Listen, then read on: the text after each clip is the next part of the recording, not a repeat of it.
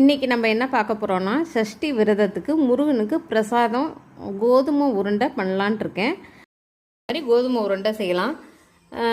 கோதுமை மாவு 1 cup, 2 cup ஜீனி பொடி பண்ணது, கொஞ்சம் முந்திரி, ஏலக்காய் தூள், நெய், இதுதான் தேவையான பொருட்கள்.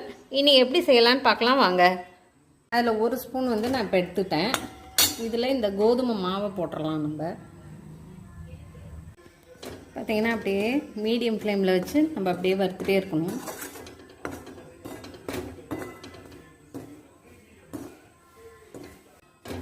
ஒரு நாள் திருப்பாகம்ங்கிறது ரொம்ப விசேஷம். அடுத்து நான் செஞ்சு காமிக்கிறேன் பாருங்கள். திருப்பாகம் ஒரு நாள், தெனை மாவு வச்சு ஒரு நாள் பிரசாதம் செய்யணும். அதுக்கப்புறம் தேன், பால், அது பஞ்சாமிர்தம் மாதிரி ஒரு நாள் வைக்கலாம். பால் பாயசம் ஒரு நாள். இந்த 6 நாளைக்கு 6 இதில் இந்த கோதுமை, தெனை, திருப்பாகம் இதெல்லாம் ரொம்ப முக்கியம். மாவு நல்லா சூடேறிடுச்சு, நல்ல வாசமும் இருக்குது.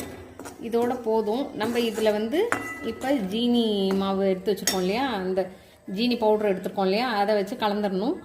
அடுத்து இந்த மீதி இவ்வளோ நெய் இருக்குது, இதில் முந்திரி பருப்பு வறுத்து போட்டு நம்ம பிடிக்கிறதுக்கு கரெக்டாக இருக்கும். இப்போ அடுப்பு ஆஃப் பண்ணிடுறேன்.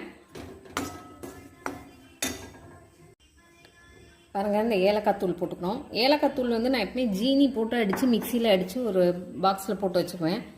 நம்ம டீலேருந்து பிரசாதத்துலேருந்து எல்லாத்துக்கும் போட்டுக்கிறதுக்கு யூஸ் ஆகும். பாருங்கள், 1 கப்பு. நீங்கள் சுகர் வேணாங்க, கம்மியாக சாப்பிட்றவங்க கம்மியாக போட்டுக்கோங்க. 1.5 கூட போட்டுக்கலாம். 2 கரெக்டாக இருக்கும். கோதுமாவுக்கு 2 கரெக்டாக இருக்கும். நான் இதை கலந்துட்டு காமிக்கிறேன் பாருங்கள். சூடு இருக்கிறதோட இதையும் சேர்த்து கலந்துட்டு காமிக்கிறேன் நான் உங்களுக்கு. ஜீனி தூள் போட்டு கலந்து வச்சாச்சு. நம்ம இப்போ முந்திரி பருப்பை நெய்யில் வறுத்து இதில் போட்டு அப்படியே பிடிக்க வேண்டியது தான்.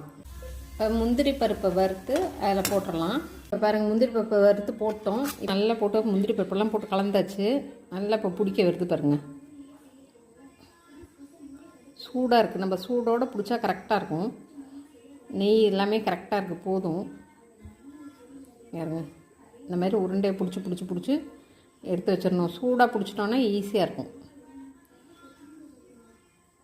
உங்களுக்கு பிடிச்சி முடிச்சுட்டு காமிக்கிறேன் பாருங்கள். பார்த்தீங்கன்னா உருண்டை பிடிச்சி வச்சுட்டேன். நான் காலையில் என்ன பண்ணுவேன்னா, நான் 6 வெத்தலை 1 அகல் வச்சு பால் வச்சு நைவேத்தியம் பண்ணிவிடுவேன். தீபாவளி நான் காமிச்சு பூஜை பண்ணிட்டேன். நீங்களும் இது மாதிரி வீட்டில் செய்யுங்க. ரொம்ப நல்லது நடக்கும். சஷ்டி விரதம் இருக்கிறது அவ்வளோ நல்லது.